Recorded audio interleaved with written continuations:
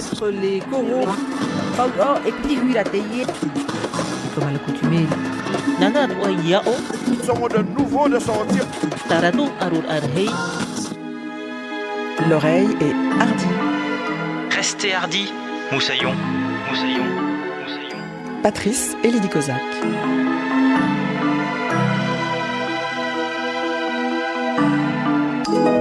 Bienvenue dans l'émission qui place sur écoute toutes les cultures des Outre-mer. Le retour au pays, voilà un thème fort et cher à l'ensemble des terres ultramarines. Encore faut-il s'entendre sur ce que l'on considère comme le pays. L'histoire et les actes des hommes, comme par exemple l'esclavage, ont engendré des territoires devenus terres d'accueil pour les déraciner, les déportés que l'on a arrachés à leur terre d'origine, pour faire d'autres pays à l'autre bout du monde le leur. La colonisation a aussi ordonné que les terres n'appartenaient plus à ceux qui y vivaient, mais désormais à ceux qui les occupaient, entraînant généralement plus tard d'autres interprétations du terme pays entre l'ici et là-bas, et entraînant parfois la confusion ou l'ignorance des racines profondes et lointaines pour certains hommes ou femmes. C'est en partie ce cheminement qu'évoque notre invitée du jour, autrice et metteuse en scène, dans sa pièce de théâtre reliant la Guyane au continent africain, elle-même naviguant d'une terre à l'autre via cet hexagone qui a de fait coupé ses racines, qu'il lui faut désormais déterrer et renouer. Elle nous racontera sa route personnelle qui l'a poussée à vivre au Congo, et elle nous dira également ce qu'elle a mis d'elle dans son spectacle. Au creux de notre oreille cette semaine, Alexandra Guénin.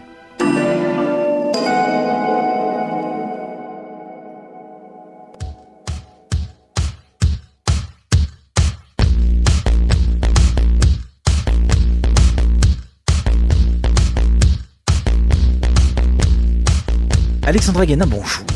On s'est déjà rencontrés il y a maintenant 1 an et demi. C'était, alors j'allais dire ici même à Limoges, car nous sommes à Limoges pour les Zébrures, ce festival dédié au spectacle vivant, à la création théâtrale, mais pas que, il y a aussi de la musique dans cette version automne. Nous, on s'était rencontrés aux Zébrures de printemps qui sont consacrées aux écritures destinées à être mises en scène. Et donc, on avait évoqué Boyable pendant quelques instants ensemble, et là, on va parler de Boyable, mais sur scène. Boyable, donc c'est la pièce que vous avez écrite, que vous avez créée ici, il me semble que vous étiez en résidence, et d'ailleurs quand on s'était vu il n'y avait pas encore tout à fait de fin. C'est devenu un spectacle. Tout d'abord, j'aimerais vous demander ces impressions que l'on a, de revenir finalement aux mêmes endroits. On est dans une autre phase, dans une phase d'écriture. On sait que ça va devenir un spectacle sur scène. Là, vous avez fini les représentations que vous aviez ici aux Zébrures d'automne 2025. Voilà, question basique peut-être, mais je crois essentielle. Comment on se sent à la fin des premières représentations, des premières livraisons à un public d'un texte qu'on a mis des mois à écrire? Oui, je dirais même des années à écrire.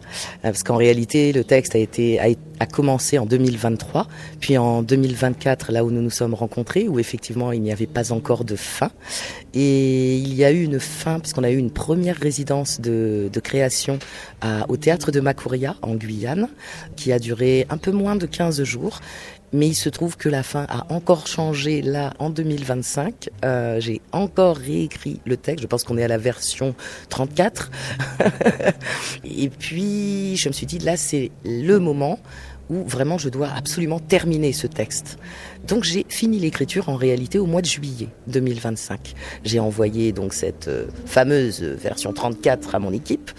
Et nous sommes donc tous arrivés en septembre pour la deuxième étape de création, de 15 jours également à Uzerche. Et oui, ça m'a fait quelque chose de revenir. En fait, il y a eu des petites sensations bizarres, comme si les esprits du départ étaient revenus à moi et encore plus à la base de la minoterie à Uzerche. Et d'esprit, il est bien question parce que, alors évidemment, voilà, tout le monde n'a pas le souvenir de ce que nous avions enregistré et échangé il y a 1 an et demi. Donc, on est dans une histoire qui effectivement mêle les esprits. On est dans une histoire qui nous mène d'Europe. Enfin, on n'est pas en Europe, mais en tout cas on suppose que le départ a été d'Europe pour aller ensuite sur le continent africain, qui nous ramène ensuite du continent africain vers la Guyane. Alors à l'époque, je vous ai demandé, et c'est ce que vous me disiez, il y a quelque chose de l'ordre de votre propre cheminement, de vos propres interrogations, de par vos origines aussi, mais les esprits sont présents, vous ont accompagné tout le temps finalement, dans l'écriture, sur la scène, dans l'histoire même que vous nous contez de cette jeune Amathé qui, à la mort de son père, découvre une vie qu'elle ne connaît pas en Afrique, mais qui découvre aussi par ailleurs une autre vie qu'elle ne connaît pas en Guyane. C'est quoi le lien direct avec vous ? Vous ne connaissiez pas tout ça et vous aviez envie de le revisiter aussi directement à l'écriture ? Oui, absolument. Tout simplement parce que en 2023 aussi, je suis partie en résidence de recherche, donc bien avant l'écriture. J'étais partie en résidence de recherche en Guyane et je suis allée à la Maison des Mémoires et des Cultures à Remire-Montjoly.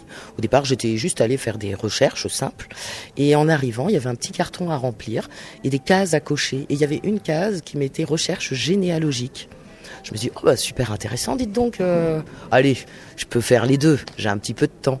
Donc j'ai commencé à me plonger aussi dans ces recherches généalogiques. D'ailleurs, la dame qui travaillait là-bas m'a beaucoup accompagnée parce qu'elle adorait ça, elle trouvait ça passionnant. Et il se trouve que, on est remonté à des listes de bateaux. Il se trouve que j'ai retrouvé des ancêtres angolais, congolais, et bien d'autres encore, parce que figurez-vous que les recherches généalogiques prennent beaucoup de temps et que j'ai pas encore remonté toutes les branches.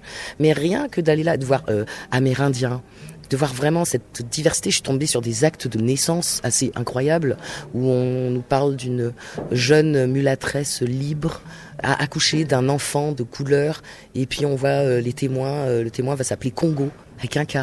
Justement, je me suis dit voilà ce qui expliquerait en fait pourquoi je me sens si bien au Congo, moi qui suis née en Guyane.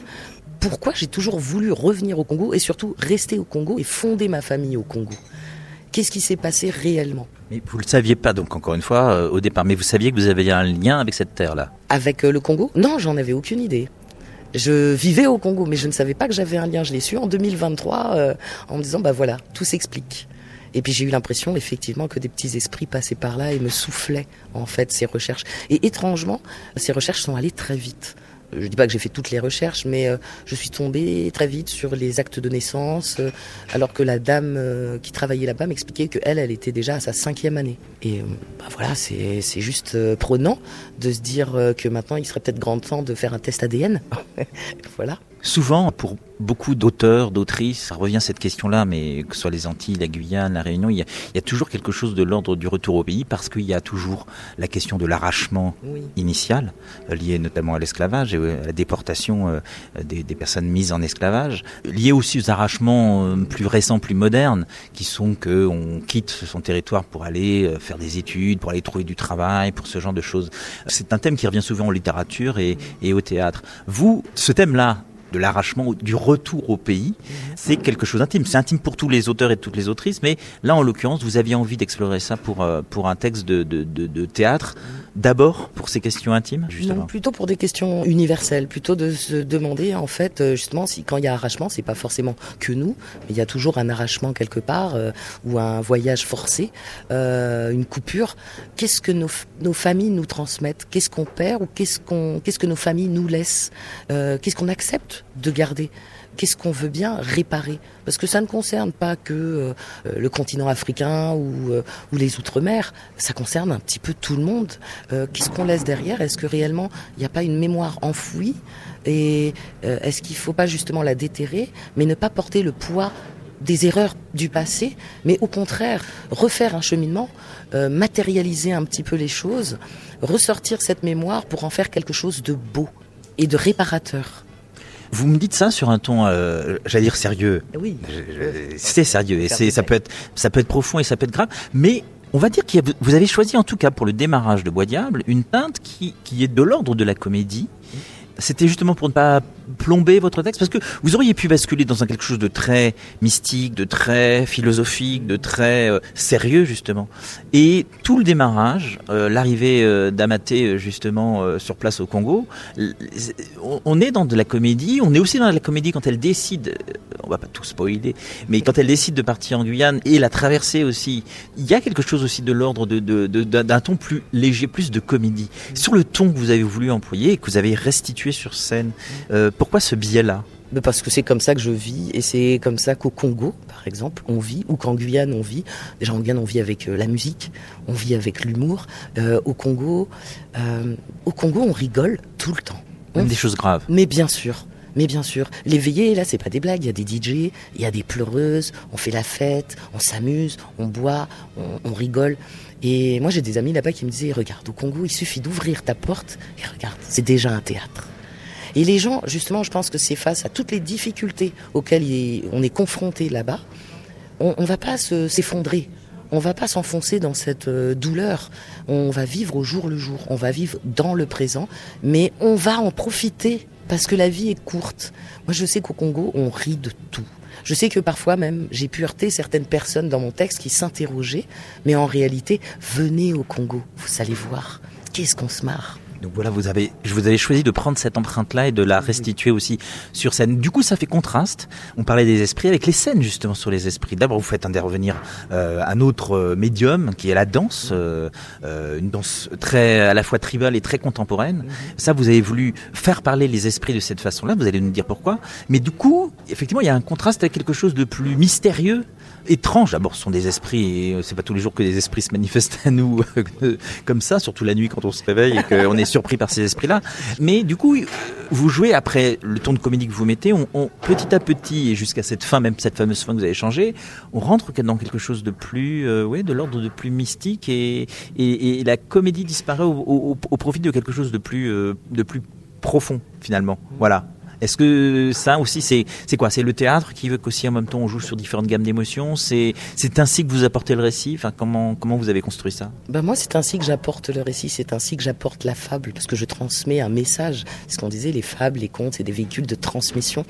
Donc, je pense que là, si on rentre dans l'ordre plus mystique, c'est simplement parce qu'elle a accepté les voix. Elle a accepté de les voir, elle a accepté de les entendre et elle se laisse porter. De les suivre, ouais. Elle a accepté de les suivre, exactement. Et puis, le titre, c'est Bois Diable. Les esprits, ce sont cette mémoire fragmentée qui est en train de se reconstituer. Pour qu'elle se reconstitue, il faut qu'elle se reconstitue en douceur et en poésie. Et je pense que oui, effectivement, j'ai mêlé beaucoup de choses dedans. Il y a de la poésie, il y a de la comédie, il y a de la danse. Mais comment rendre justement le monde invisible, comment le matérialiser, c'est par du charnel.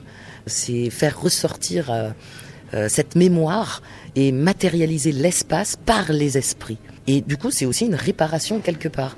Moi, je trouve que, oui, peut-être qu'on peut penser que c'est un ton plus grave. Moi, j'ai trouvé que c'était une certaine douceur. Dans l'écriture, je voulais un peu de douceur à ce moment-là, parce que le Congo, ça va vite, ça rigole, ça... Et puis, disons qu'Amaté, elle subit, elle finit sa traversée, il faut qu'à un moment, elle souffle. Où est-ce qu'elle doit, à un moment, se poser ? C'est près de cette forêt, possiblement. Forêt qu'on a également au Congo. Mais oui, c'est pour apporter de l'apaisement. Mais vous avez laissé justement, on va dire, la vie quotidienne se dérouler au Congo, et vous avez pris l'image de la forêt, où on voit moins la vie là-bas sur place, et on a plus le mysticisme de la forêt. Vous avez retenu quand même dans le décorum des éléments très précis. Comme si pour vous le Congo, c'était, là, vous y vivez, et donc vous peut-être aussi, vous baignez aussi dans ce quotidien-là. Et vous avez gardé pour la Guyane uniquement la forêt. Alors peut-être parce que vous connaissez peut-être un peu moins la Guyane, en tout cas de façon profonde. Et vous avez gardé peut-être cette image un peu de la forêt, qui est une image très forte en Guyane. Oui, en fait c'est peut-être ça aussi, la Guyane. Moi j'y suis né, j'y vais de temps en temps voir ma maman, voir la famille. Mais oui, je connais moins la Guyane. Mais par contre... Mais donc la forêt vous a marqué. Exactement. La forêt m'a profondément marqué parce que c'est un endroit où la première fois que j'y suis allée, je me suis sentie bien. Je me suis sentie légère. J'ai l'impression que, je sais pas, les problèmes du quotidien se sont enfuis. Et j'ai eu une écoute. J'écoutais tout ce qui se passait. Parce qu'on me dit, oui, il y avait du bruit et tout. Mais c'est très bruyant, la forêt. Mais bruyant autrement. Donc, elle vous a pas effrayé, par exemple, cette Guyane, parce que, voilà, vous prenez celui qui ne connaît pas la Guyane, qui arrive par avion, il voit ce côté touffu, et tout vert et touffu, ce brocoli, et puis une fois qu'on est à l'intérieur, ça peut aussi susciter, et d'ailleurs, il y a beaucoup de contes et légendes guyanaises qui sont liées à la forêt, et ça peut susciter de la crainte et de l'appréhension, mais pas vous. En tout cas, c'est pas ce que vous avez voulu rendre sur scène, en tout cas. Non, je l'ai trouvé, la forêt, pour moi, elle ne représentait pas ça. Vraiment, c'est que des sensations. C'est se recentrer, en fait. C'est s'ancrer Je trouvais que à partir du moment où je suis entrée dans la forêt, et à chaque fois que je vais en Guyane, forcément j'y retourne, c'est vraiment m'ancrer. Mon corps s'ancre, mon esprit s'ancre, et j'ai vraiment un sentiment d'apaisement. Donc oui, la Guyane, moi, il y a des moments aussi quand je vais en Guyane, j'ai l'impression de retrouver le Congo. Donc forcément, là, la forêt de Guyane, c'est autre chose, quoi. Donc, finalement, il y a un Elle écho. m'a pas fait peur. Voilà, et puis, il y a toute la spiritualité dans cette forêt.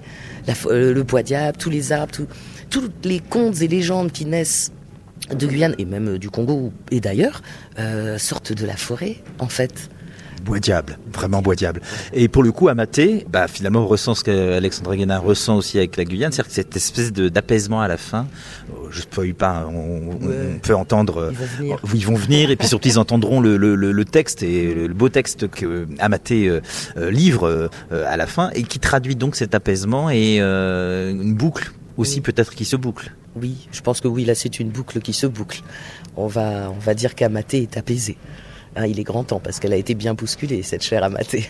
Et Amaté, donc question classique aussi, mais Amaté c'est vous. Est-ce que vous êtes apaisé vous aussi avec vos différentes origines, avec vos différentes péripéties, avec vos différents voyages qui vous ont amené à poser vos valises quelque part? Je sais pas si je suis apaisée encore, mais en tout cas j'ai trouvé de l'apaisement dans cette écriture. Mais pour être totalement apaisée, je pense que j'ai encore d'autres choses à écrire, mais pas forcément sur ces thématiques-là. Là, il faut que j'aille ailleurs. Parce qu'il y a d'autres problèmes apparemment. C'est tellement mélangé qu'il va falloir que j'aille sur d'autres choses. Alors, je ne sais pas si on va continuer dans l'apaisement avec cette question. Que va devenir Bois Diable? La suite, est-ce qu'elle est déjà connue de l'autrice Alexandra Guénin? Oui, il y a la suite. Déjà parce que pour moi c'est encore à peaufiner, parce qu'on devait avoir une autre étape mi-2025, oui, en mars-avril 2025, on devait venir au Congo. Malheureusement, ça n'a pas pu se faire à cette période. Donc, les suites de Bois Diable, c'est le Congo, voire Kinshasa, voire un petit peu autour, mais en tout cas le Congo, ça c'est sûr. Et en 2026, ce sera Grenoble, à l'espace 600. Voilà, donc j'aimerais quand même finir certaines choses au niveau de la création. Mine de rien, pour moi, j'imagine que pour beaucoup de gens, c'est jamais totalement fini, mais voilà, il y a encore des choses à faire, parce que j'estime qu'il nous a manqué une étape obligée, le Congo. Et de là, je pense que oui, ensuite arriver sur Grenoble et voir les suites, oui, là, ce sera fin prêt. Alexandra Guénin, dans ce podcast L'Oreille Hardie, ce sont les invités qui font le choix musical. Vous avez arrêté votre choix sur 2 musiques qui viennent illustrer la pièce, donc Bois Diable. Voilà, 2 extraits peut-être du spectacle. D'abord, qui a composé la musique déjà pour commencer? Alors on s'est rencontrés là, justement. Il a composé la musique et toutes les musiques en même pas une semaine. Il s'appelle Max Pouban. Il est créateur son et régisseur son. Ça s'est très bien passé. Il a vraiment mis ce que je voulais, cette musique totalement métissée. Il y aurait la musique de la morgue, de la scène de la morgue. Alors, juste décrivez-nous la scène que la musique dont on va entendre un extrait décrit en fait elle-même par la musique. C'est à quel moment du spectacle? C'est au moment où Amaté se rend à la morgue et rencontre le docteur justement qui lui demande de s'occuper du corps. Du corps de son père. Du corps de son père, voilà. Et évidemment, c'est pas une chose qu'on fait, mais il est très occupé. Il a d'autres consultations hors du centre-ville. Et en fait, c'est le moment où elle entend quelque chose, elle ressent quelque chose, il se passe quelque chose, elle se pose des questions, elle se demande s'il y a quelqu'un. Et en fait, c'est l'un des premiers moments phares où les esprits, elle les ressent. Signé cette musique? Alors, signé Max Pouban.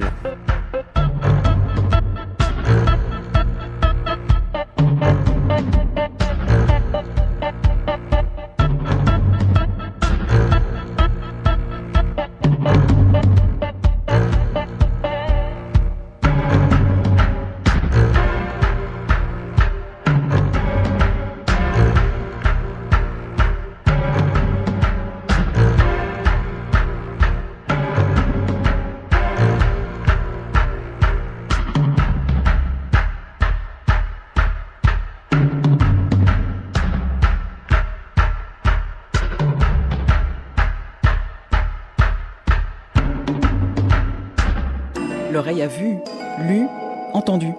Poussons la porte de la librairie virtuelle de l'Oreille Hardie et retrouvons-y Agnès Cornélie qui nous fait découvrir à chacune de ses interventions un nouveau livre issu de nos littératures des Outre-mer.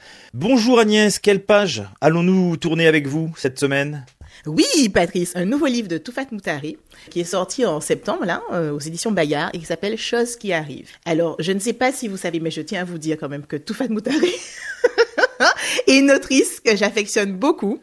Moi, je l'avais découverte avec son précédent roman qui s'appelle Le Feu du Milieu et que je vous conseille de lire, de relire, de relire. C'est un livre magnifique.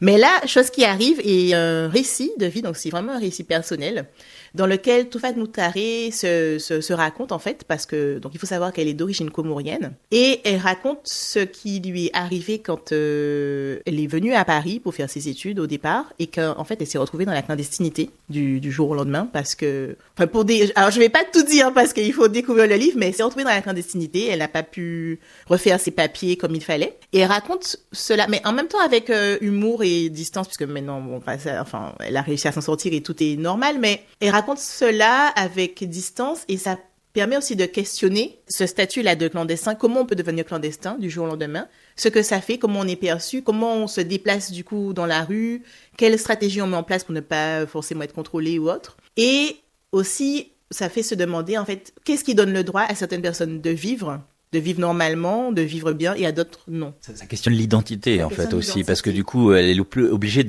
d'adopter une autre identité, parce qu'elle n'en a pas aux yeux, en tout cas, de la France. De la France, en fait, de l'état où elle se trouvait dans ce moment-là, donc en France. Et ça questionne l'identité, en tant que comorienne, ici, par rapport aux autres, par rapport à ses parents aussi, et les choix qu'elle doit faire, et les conséquences de ces choix-là. Et c'est vraiment un récit brillant, que moi j'ai beaucoup aimé, et qui en même temps a beaucoup d'humour, parce que Toufat Moutaré est une personne qui a beaucoup d'humour, et que je vous conseille vraiment de lire. On va découvrir, pour ceux qui ne connaissent pas, une de vos autrices favorites. Donc, vous nous rappelez les références de ce livre que vous avez beaucoup aimé? Donc, il s'agit de Choses qui arrivent, de Toufat Moutaré, et qui est sorti aux éditions Bayard. Merci pour ces références. On se retrouve très vite pour un nouveau livre. À bientôt, Agnès. À bientôt, je serai au rendez-vous. L'oreiller hardi, Patrice Elki-Kozak. De retour auprès d'Alexandra Guénin pour Bois Diable, la pièce qui a été présentée ici aux Zébrures de Limoges. Et donc, plus tard, le Congo pour des nouvelles représentations. Puis ensuite, 2026, ce sera donc Grenoble. Et on parlait de la Guyane tout à l'heure. Est-ce qu'il y aura aussi donc restitution du spectacle en Guyane ? Bah écoutez, on espère. L'idée c'est de revenir en Guyane. Donc, en tout cas, je sais que Grégory Alexander du Théâtre de Macoria a grande hâte de nous revoir. Et il est important aussi de restituer un spectacle quand non seulement il était aussi en partie créé en Guyane, et puis ça évoque des questions que voilà aussi d'aller, de retour, d'arrachement qui peuvent capter le public aussi de la Guyane. Absolument, mais je pense qu'on va y retourner de toute façon, puis on va pas faire que la Guyane, on va aller faire les alentours aussi.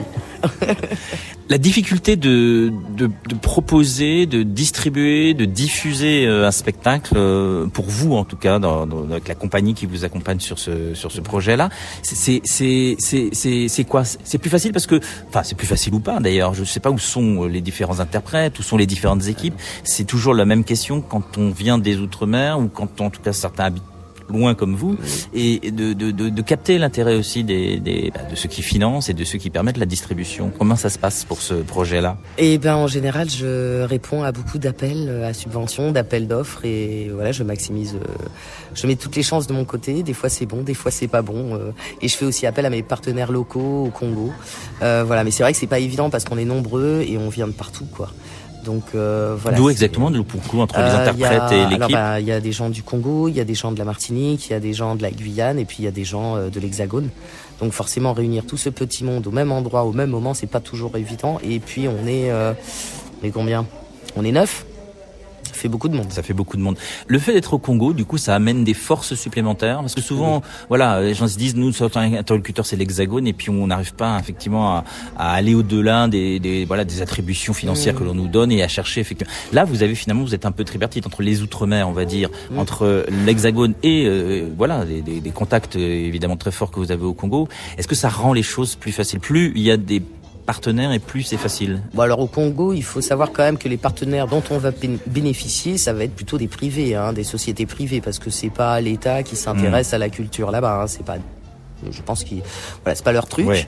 Voilà, donc moi disons que ça va être plutôt le fait que je sois implanté là-bas depuis longtemps et que je fais des spectacles quand même depuis une dizaine d'années là-bas qui fait que j'ai fidélisé un certain public, que j'ai réussi à fidéliser certains partenaires qui croient en nous et en ma compagnie, Théâtre à la carte, et qui fait que maintenant ils sont OK pour nous accompagner. Là par exemple pour venir à Limoges, on a eu un bel accompagnement aussi de l'ambassade de France au Congo et puis de quelques partenaires privés.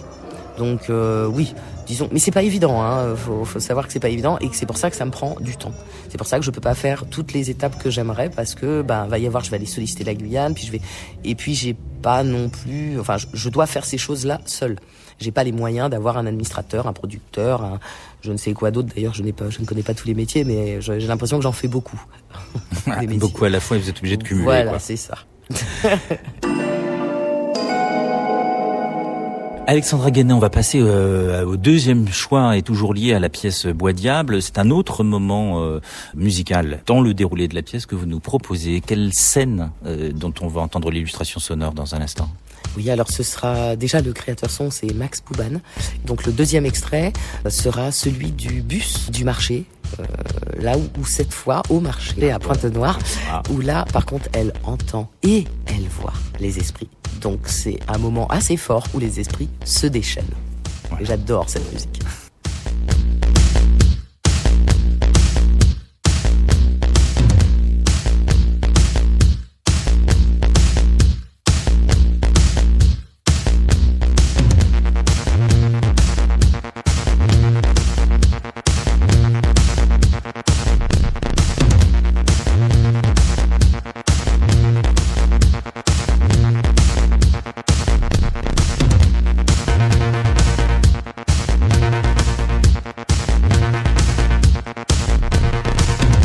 L'oreille a du goût. Les souvenirs d'enfance sont souvent liés à des odeurs, à des saveurs ou à des choses ressenties. Et Anne Bonneau se fait un plaisir de raviver les souvenirs de ses interlocuteurs. Cette fois, c'est Dominique qui, toujours du côté de la Réunion, se souvient de l'accordéon. Comme la bande-son d'une enfance baignée donc de musique, véritable exutoire pour l'enfant qu'il était. Écoutez. Un jour, pour mon premier communion, m'a gagné l'accordéon. Comment je joue l'accordéon? Oh, je vous en prie, changez de conversation. C'est pas les propos de première communion. C'est la leçon de l'enfance, oui, c'est de là.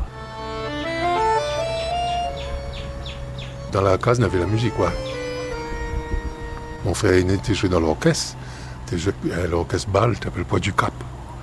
Et moi, depuis ton petit, moi, quand il était en répétition, moi, t'es collé derrière. Et après, on a un tonton, il avait un piano sa case, personne ne sert pas là-dedans, le piano, un vieux piano. Et là, moi, comment on joue le piano. Et c'est après, quand on est parti en France, on n'avait plus ni piano ni de cordéon, là, on a apprendre guitare. Mais la musique était là, quoi, vraiment, vraiment, vraiment. Mes parents t'aiment bien, un peu, comme par exemple, quand moi t'es plus petit, le premier instrument, l'accordéon, je t'écris à moi pour jouer un morceau pour autres, je t'aime entendre ça, quoi. Moi t'es joué, mais moi là fait une tentative à apprendre, ça c'est comme moi t'es plus tard, quand moi t'es jeune adulte, en France, là moi parti à l'école de musique pour essayer d'apprendre un peu, lire la musique, tout ça, parce que moi j'ai toujours joué comme ça, moi t'es joué, quoi. Et jusqu'à comme là. Ouais. L'oreiller hardi. Patrice et Lydie Kozak. C'est la fin de ce moment passé avec vous, Alexandra Guénin. Merci beaucoup d'avoir accepté notre invitation. On vous a pris à la volée à la fin de la dernière représentation donc de Bois Diable ici aux Zébrures de Limoges. On parlait déjà du prochain projet, donc je sens qu'il y a déjà des choses qui sont un peu dans l'air. Et donc vous allez juste nous rappeler vos rendez-vous au moment où on enregistre, les rendez-vous un peu fixes que vous allez donner à des publics différents dans les prochains temps pour cette pièce donc Bois Diable. Alors, ce qui est sûr, c'est Pointe-Noire, Brazzaville, Congo et moins sûr, c'est Kinshasa. Mais c'est en cours. Ce qui est sûr, c'est Grenoble. Ce qui est moins sûr, c'est pourquoi pas Lyon. Enfin, on aimerait bien, en tout cas, quitte à aller à Grenoble, faire Lyon également. Et évidemment, un retour en Guyane. Ça, j'en suis absolument certaine. Merci Alexandra Guénin d'avoir mis vos mots au creux de notre oreille cette semaine. Je vais pas vous laisser partir sans, allez, on va dire une phrase slogan pour inciter les publics qui auront tout d'un coup l'affiche de Bois Diable sous les yeux, les inciter à y aller. Qu'est-ce que vous diriez pour inciter les publics à venir voir votre création? Si tu veux voir un éléphant danser, il faut d'abord retirer tes chaussures. C'est une citation. de chez nous. Une auto-citation, parce que c'est extrait aussi de Bois Diable, de la pièce donc signée Alexandra Guénin. Merci encore. Merci. Et puis, à très bientôt. Et puis, comme on dit, voilà, aux artistes comédiens et metteurs en scène et auteurs de théâtre, merde, pour la suite. Et comme on dit chez nous, on est ensemble.